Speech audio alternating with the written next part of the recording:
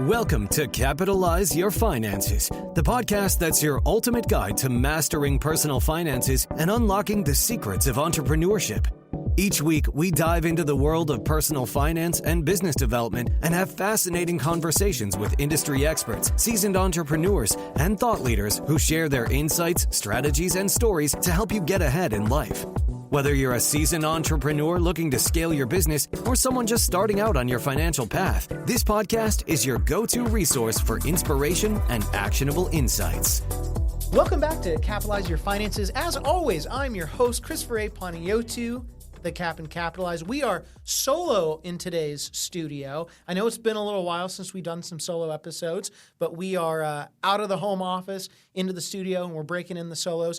In today's episode is going to be extremely sentimental to me personally. We are going over the 5 life lessons that I have picked from Charlie Munger. Now, before we dive into the episode today in depth with the life lessons, I want to go over who Charlie Munger is, because a lot of you out there, you may not know who this legendary investor was, because he's dead. So Charlie Munger, just to give you some background, Actually, let me backtrack. The dude was 1 month away from being 100 years old. So 99-year career, and he invested basically his entire life. Born in Omaha, Nebraska on January 1st, 1924.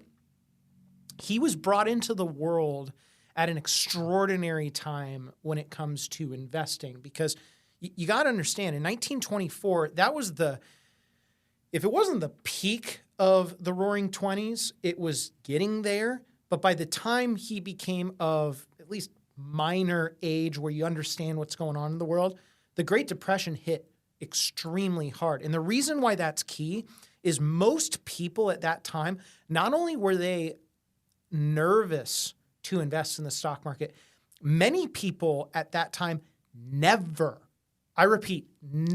invested in the stock market for the rest of their lives, which is just wild to me as a side note. But that played to his advantage, because as a contrarian mind and someone that zigged when everyone else zagged, that paid tremendous dividends for him, both figuratively and literally. Now, he was not originally an investor. In fact, he was originally a practicing attorney, and he became popular not when he was an attorney, not when he was running his successful law firm, not when he transitioned into real estate, and actually not when he transitioned into his own investment partnership. He became popular when he teamed up with this little old investor named Warren Buffett. And he was Warren Buffett's right-hand man at Berkshire Hathaway for years, I believe until 1978.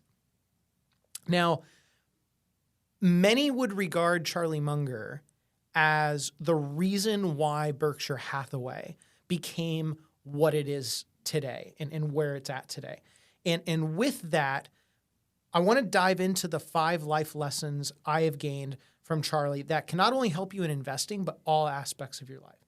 Oh, and just one real quick fact, I forgot to mention this. It's kind of crazy, and don't quote me directly, but from 1962 to 1975, which was a really bad investment time period in the world, the Dow Jones Industrial Average earned about 5%. His portfolio earned about 19%. So it's safe to say the dude knew what he was talking about. I gotta get used to that. So anyway, let's get into the top 5 life lessons that I have gained from Charlie Munger that I think will help you tremendously. So the first one that I came up with was reverse engineer your life by writing your own obituary. Now, again, it sounds a little morbid because, again, he's recently dead, but I want to discuss on a serious note where I got this idea from. So I actually didn't get this originally from Charlie Munger. I got this idea originally from Monish Pabrai, who's one of my all-time favorite investors. Monish, if you're listening, cannot wait to have you on the pod soon.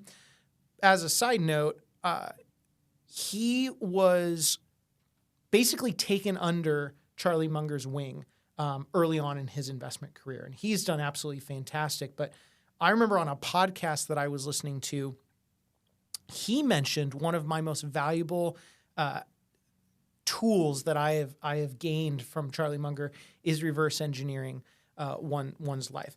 And so the whole concept of that is you write out your obituary and you ask yourself, what do you want to be remembered for? Who do you want to be? What do you want to be? Where do you want to be? How do you want to do it? And who do you want to surround yourself with? Amongst a number of other things. And it really has nothing to do with finance. It has to do with the character of who you are. Because when you pass away, I'm not going to guarantee this, but there's a really good chance that people aren't going to lead off with, here lies so-and-so and so.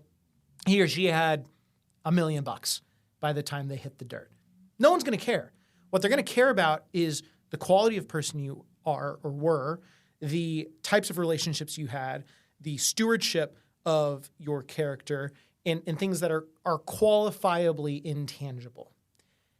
So one of the things that I've actually taken from that idea of reverse engineering one's life by creating your obituary is I actually have something that I want to introduce to you all. It's called the boomerang effect.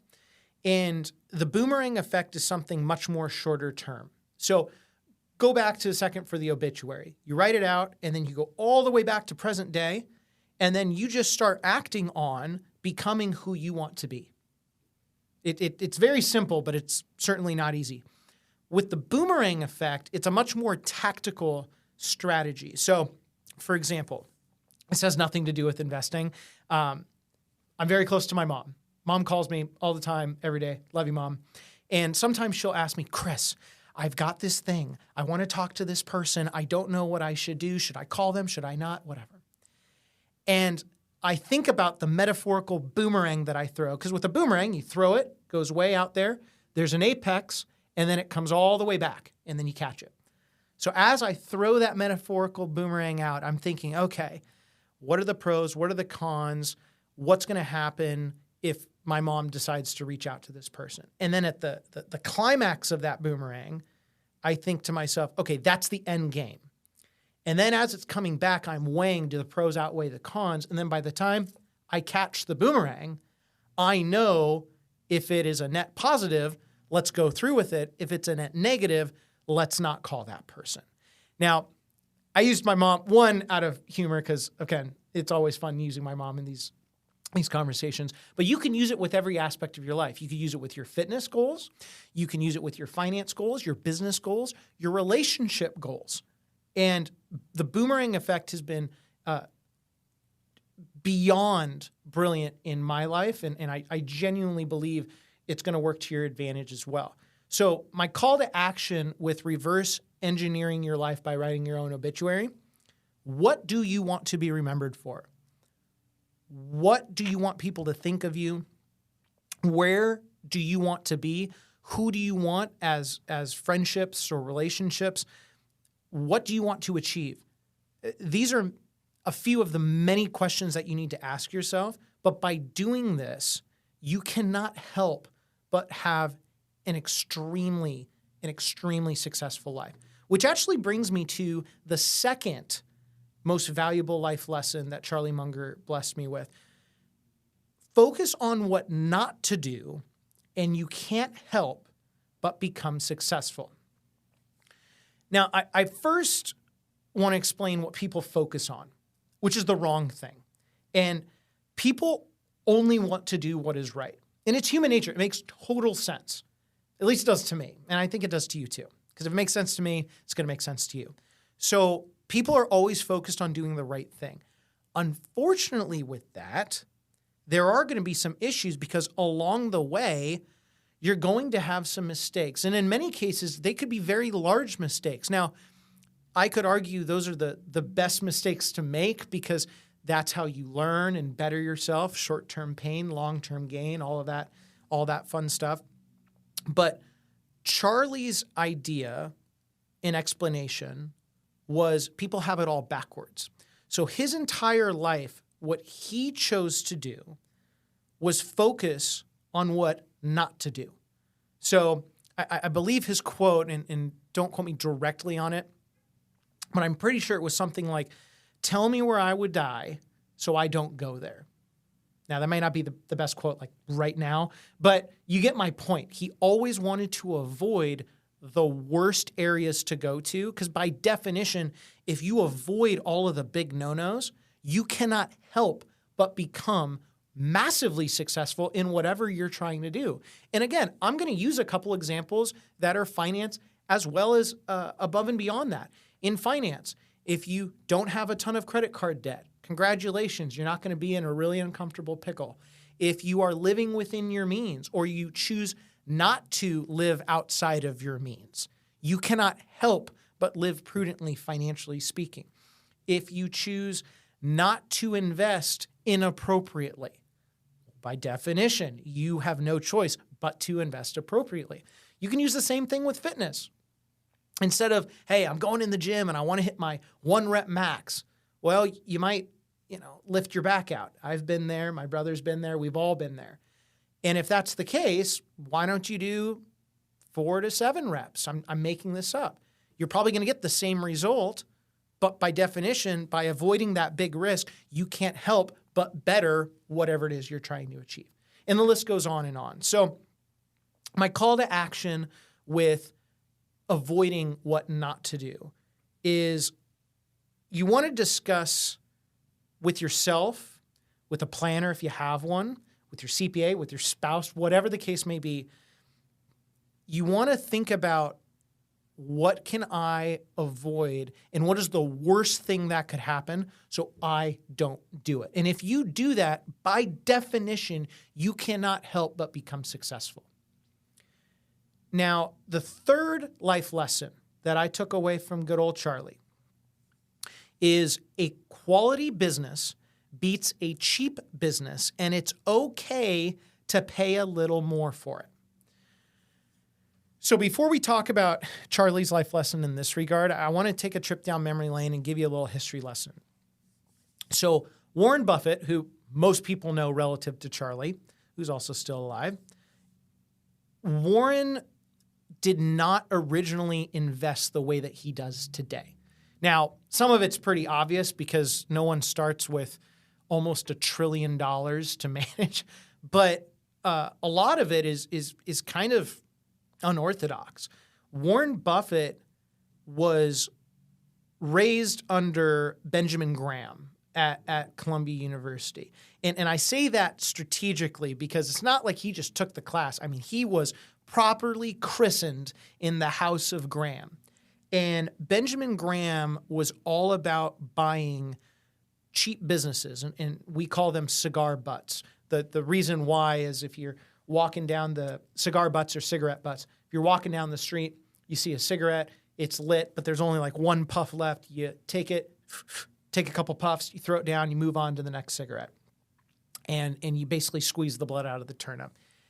Ben Graham was brilliant at this. And the reason why he was so fixated on investing in these companies that were super depressed in value, think about when he was peaking in the investment age. He really gained his traction during the Great Depression. Well, guess what? The whole world was a cigarette butt at that point. I mean, there was no hope. I remember my grandma telling me that one Christmas, her gift was, I think, a half-eaten orange. I mean, that's really brutal. And so Ben Graham, for years, had that subconscious preconceived notion of investing in these uberly cheap businesses, and Warren took advantage of that. He took that and he ran with it.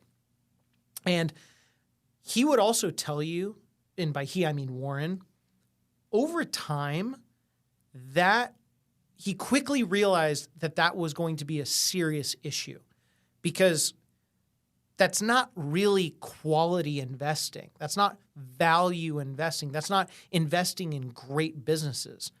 That is investing in businesses that are super depressed, and then when they get back to their original price that they're supposed to be at, you go and sell them. But that is a losing proposition. I can also tell you this because Ben Graham, he taught this type of investing for years. And I promise this is going to tie into Charlie, but you need this background. He taught this type of investment strategy for years. And by the time he died, his best investment of all time was one company that he bought, he held, and it had a better return than the rest of his net worth growth combined. Now, for those of you that are dying to know what it was Geico. No, that is not investment advice. Yes, that is just a fact. That was his last company. And one of his last dying wishes was he wished that he understood this sooner. Now, Warren didn't necessarily pick up on all of this until Charlie Munger came into his life. And the reason why that was super key was because at the time, we're talking in the 70s-ish, Warren was understanding that it was much more valuable to buy a wonderful company at a fair price than a fair company at a wonderful price. Charlie Munger basically put the nail in the coffin with that because he's like, what are you doing? Like, buy quality businesses. And it was kind of interesting because Warren Buffett's last annual shareholder letter comes out every year. I read every single one of them. One of the things that he mentioned was over his 93 years or 94 years on Earth, he basically had a dozen good investments. Now, he didn't list them, but I can tell you one of them for certain was See's Candy. So Warren Buffett in Berkshire Hathaway had an opportunity to buy See's Candy in 1972 for $25 million. And he almost didn't do it. Now, Charlie Munger moved him along, and there was one other investor, but that's beside the point, that basically said, dude, this is a great business. You need to pay up for it. It's going to be okay. And I guess for a couple years, it just ate at Warren that he paid an extra $100,000 above asking to buy this company for $25 million in 1972. Well, I was doing some research for this episode, and in 2022, that $25 million purchase made $410 million in revenue. That's crazy. And the reason why I bring that up is, let's think about this. That was an amazing investment. Like, it's not rocket science. You take $25 million and you turn into $410 million that you're earning. That is bonkers. My point is this. What if Warren bought it for $22 million? What if he bought it for $30 million? Hell, what if he bought it for $40 million? I'm not saying price is not important, but what I am saying is that should not be the first place that you need to look. You need to understand the business that you own. You need to understand the quality of the business. You need to understand if the management is prudent or if they're a bunch of just absolute jerks. And then once everything qualitatively is all signed, sealed, and delivered, the next step is, okay, is this a price that's going to be worth it? And again, I'm not saying price is not important. Like, there have been a ton of people that have bought businesses for obscene dollar amounts that are just, I mean, professionally and impressively stupid, but that's not where most people screw up. They buy things that they don't necessarily understand, and it's not of quality. And so Charlie understood very quickly that a quality business beats a cheap business, and it's okay to pay a little more for it. So my call to action for you all that are listening, when you are analyzing whether it's a business, a piece of real estate, or any investment for that matter, if it is a quality investment, it is okay to pay a little for it, a little bit more for it, excuse me. I mean, it's great if you pay it for absolutely nothing, but you get my point. Now, before we go any further, I believe it is time, because my marketing team has given me the nudge, that it is time to allow our sponsor of today's episode roll the clip. So while we're rolling that, don't go anywhere. I'm going to take a quick sip of water, and then once that sponsorship roll is done, we're going to get back at it. So stay tuned. I'll be right back. Capitalizers, this episode is sponsored by the best-selling book, Capitalize Your Finances, the how-to framework that takes you from compoundingly clueless to monetarily magnificent. Regardless of where you're at in your financial life, whether you're just beginning to express interest and commitment to your personal finances, at the pinnacle of your career, winding down into retirement, or thinking about your legacy for future generations, this book walks you through every step of the way so you can succeed on your terms and with your own values and passions guiding you. After reading this book, you will officially have Christopher A. Panayotou, the Cap in Capitalize, in your back pocket, guiding you in detail through every step of the way so that you can take charge of your finances, not the other way around. Head on over to Amazon.com today and start capitalizing your finances to the fullest with this incredible book, Capitalize Your Finances, the how-to financial framework that takes you from compoundingly clueless to monetarily magnificent. And now, back to the episode. Welcome back to the show. I can't speak for everyone, but I missed you dearly. Now, I want to keep going on the 5 life lessons of Charlie Munger. We're on number 4. So the 4th life lesson that I gained from Charlie Munger that I know you will find valuable, and I'm going to read it. Build as many mental models as possible and be mindfully nimble in life. Now, I first want to explain to you what in God's name a mental model is, because I know a lot of you that are listening, or for those of you that are actually watching this episode, are going, what is he talking about? Now, you may say that with a lot of things that I say, which is totally valid, but as that note aside, a mental model is something that you can take, you think about it, and you use it in one aspect of your life, and then you can take it in other aspects of your life. So I'm just going to freestyle it here for a second and cross-pollinate. Let's say that, and let's just use fitness, because you all know that I'm a fitness guy. I love fitness. So for fitness, if you're trying to build muscle, what do? You don't go and lift every single muscle group every single day.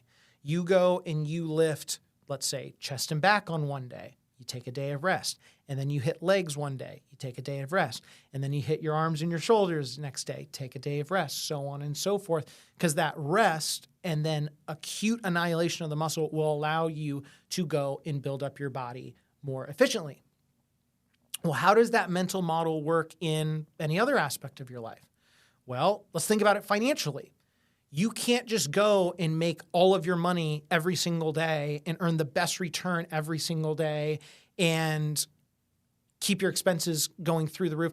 You have mental models. So let's say that you get a nice paycheck in every other month. So January, March, May, so on and so forth. And then February, like every other month. So what is that? February, April, June. It's a lot harder to do. By the way, on the fly. Every other month is going to be a little bit leaner. Okay, well, in the big months where you're making a little bit more, maybe you put in more money to your 401k plan or your IRA if you don't have a retirement plan. And then the months where it's a little bit leaner, you know that you need to be a little bit more cognizant. Maybe you need to rest, right? Fitness, finance, you can cross-pollinate it. Mental models are incredibly valuable in life, because if you can build a ton of them up, you are going to be able to get through life a whole hell of a lot faster. So Charlie was really big on developing as many mental models as possible. And he writes about this in his book, Poor Charlie's Almanac. He wasn't a huge writer back in the day as far as writing a ton of books, and he actually kept to himself a whole heck of a lot more than Warren, which was actually great, because when he came out and said anything, he didn't really care what people thought, so he could kind of just rip the Band-Aid off, and he was very vocal about it. But back to the mental models, Warren actually had a quote, and he claimed that Charlie had, this is a direct quote, Charlie had, or has, the best 30-second mind in the world, and this is due to his brilliance in utilizing his mental models. And for me, and then for you at home, mental models are going to be different for everyone. I have mine in fitness. I have mine in finance. Let's say that you're into swimming. Let's say you're into golf. Let's say you're into art. Let's say you're into science. Let's say you're into social media marketing, like my brother. It doesn't matter. You can take mental models from your passion and you can apply them to every aspect of your life. And the sooner that you can do that, and the more mental models you build up, you can get through scenarios so fast where it's going to take other people minutes, hours, days, months, years to figure this stuff out. And that's how you're going to compound your success a whole heck of a lot quicker, especially in the world of finance. So, I could go through a number of examples I have. But really for you, when you're building all these mental models, you're going to quickly discover, and let me take that back. It's not that you're going to quickly discover. You've got to ask yourself, where am I going to build all these mental models? Where you're going to build these mental models from something that you really love. And we actually call this the circle of competence in the world of investing. But it really just comes down to what you know and what you love. So for me, again, it's fitness, finance, golf, football. I can take mental models from that and I can apply it to basically everything. My brother's really into animals, the zoo, social media, gaming. I'm a gamer as well. But the point is, he could take mental models in that aspect and apply it to everything. So if you understand what you know best, don't think about going anywhere else. Just focus on what you know, build those mental models, and you're going to be a whole heck of a lot better for it, okay? Also, as a tangent, circle of competence, it's kind of like a 4A as far as the life lessons. A lot of people try to invest in things that they don't know or don't understand, or the fear of missing out, or whatever the case may be. Charlie was kind of the godfather in getting people to understand, invest in what you know and ignore the rest. Now, he used a little bit more colorful language, but I know we have some kiddos that listen into this, which, again, I'm not the best at that, but I try my best to keep my language as clean as possible. So the call to action to you, figure out what your circle of competence is, whether it's in the world of investing or whatever the case is, and stick to that circle. Eventually, that circle is going to naturally grow, but keep it simple, invest in what you know, and forget the rest as it's unnecessary noise. Now, the fifth and last life lesson that I have for you today from Charlie Munger, but certainly not least. Last but certainly not least, because I could go for days about Charlie Munger. Now, this is another direct quote, and I love this one. It's the work on your desk. Do well with what you already have, and more will come in. So I got to be really honest with you. I did not have this mindset for years. Now, in my defense, when you're just starting a business out of your apartment or garage or whatever, you've got no money, no hope, no network. You've got the faith that it's going to work out, and that's about it. And so when I first started out in business, I was everywhere. I was at networking events 6 days a week. I was calling people, cold call, warm call. I was in meetings. I was doing research. Like, it was nonstop. And it was like that for years. I would say the first 2 years for sure in my business, but I would say it wasn't until about 6 or 7 years in that started to peak in my relentless effort. It hasn't stopped, and in many ways I've doubled down, but it's just a different flavor of things. And I realized, okay, I don't need to necessarily go out and hunt as much, quote unquote, because I've got such an amazing client group right here. But it took me reading that quote to finally understand that. And I can tell you right now, 2023 was, and I'm a really big New Year's resolution guy. I'm not like oh my gosh, New Year, new me, but it's much more of a, hey, I can commit to a year. And by the time that year is over, if I have implemented and instilled these really great new habits within me, I have bettered myself, and then I can keep compounding with new goals in the new year, et cetera, et cetera. Say that 10 times fast. So in 2023, one of my New Year's resolutions was exactly this. It's the work on your desk, do well with what you already have, and more will come in. So for me, I didn't really ask for referrals. Didn't really ask for new business. I just focused on my clients. I can tell you last year was our highest revenue year. We had a record-breaking year. We had a record-breaking new clients come on board. It was fantastic. But the whole point of that, it's not to brag.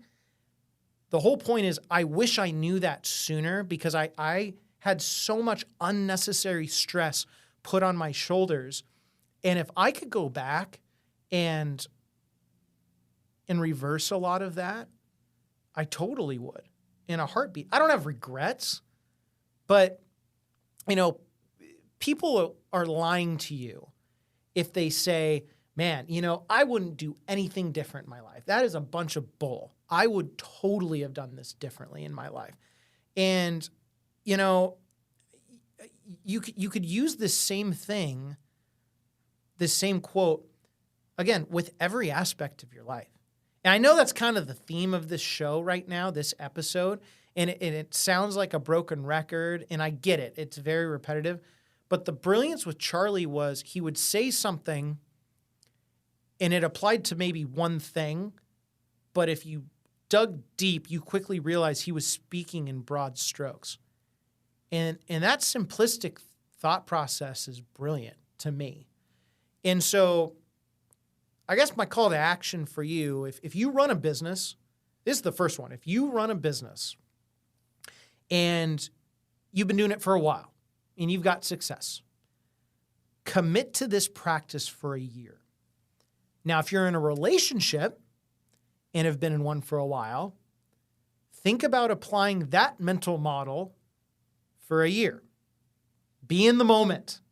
I am really bad at that. I try really hard to do a whole heck of a lot better, but I'm really bad at it. I really have to work at it. And so that's one of my New Year's resolutions in 2024 is to be more present. If you're working out, just focus on every rep in front of you. Don't think of, oh my gosh, in 90 days, I'm going to have this, whether it is six-pack or lose weight or get faster or whatever the case is. Just focus on the reps in front of you. If you do this with every aspect of your life, it is going to lead you to an infinitely more fulfilling life. And because of that, you will thank Charlie Munger immensely. So that does it for today's episode. And I hope you found tremendous value in my top 5 life lessons that I've gained from Charlie Munger. And again, this guy was a living legend in the world of investing in many aspects of life. I mean, you could definitely make the case he was a modern day philosopher of our time. And we lost a wonderful man in 2023, but his lessons are going to live on for generations to come. And I believe it's one of my duties as someone that listened and read up on Charlie diligently to give those life lessons to you. So if you have any questions about today's episode or you want more Capitalize Your Finances content, you can hit up our team about maybe being a guest on the pod, any of those things, okay? Head on over to capitalizepodcast.com. And then we also have our book as well as our new masterclass. So if you want to check that out, go to capitalizepodcast.com. We look at our messages every single day. We are getting a little bit more swamped, so we're not able to respond on the same day, but we do our best to get back to you as humanly possible, as fast as humanly possible. And then lastly, if you have any personal questions about your financial situation that you'd want me to answer on the show, or you just have a question you want to email me directly and see if I can help you out, you have every right to shoot me an email, chris@capitalizeyourfinances.com, and I will get back to you as soon as humanly possible. So as always, I'm super thankful that you were listening in to Capitalize Your Finances podcast. I'm your host, Chris Ray Paniotu in the Cap and Capitalize. And until next time, keep capitalizing. Take care. You should always seek counsel of the appropriate advisor prior to making any investment decision. All investments are subject to risk, including the loss of principal. IRA withdrawals will be taxed at ordinary income rates. Withdrawals prior to age 59.5 may also be subject to a 10% penalty tax. Christopher Paniotu is a registered representative with and securities and advisory services offered through LPL Financial, a registered investment advisor, and member FINRA SIPC. The investment professionals are affiliated with LPL Financial and are conducting business using the name Capitalize Your Finances, a separate entity from LPL Financial.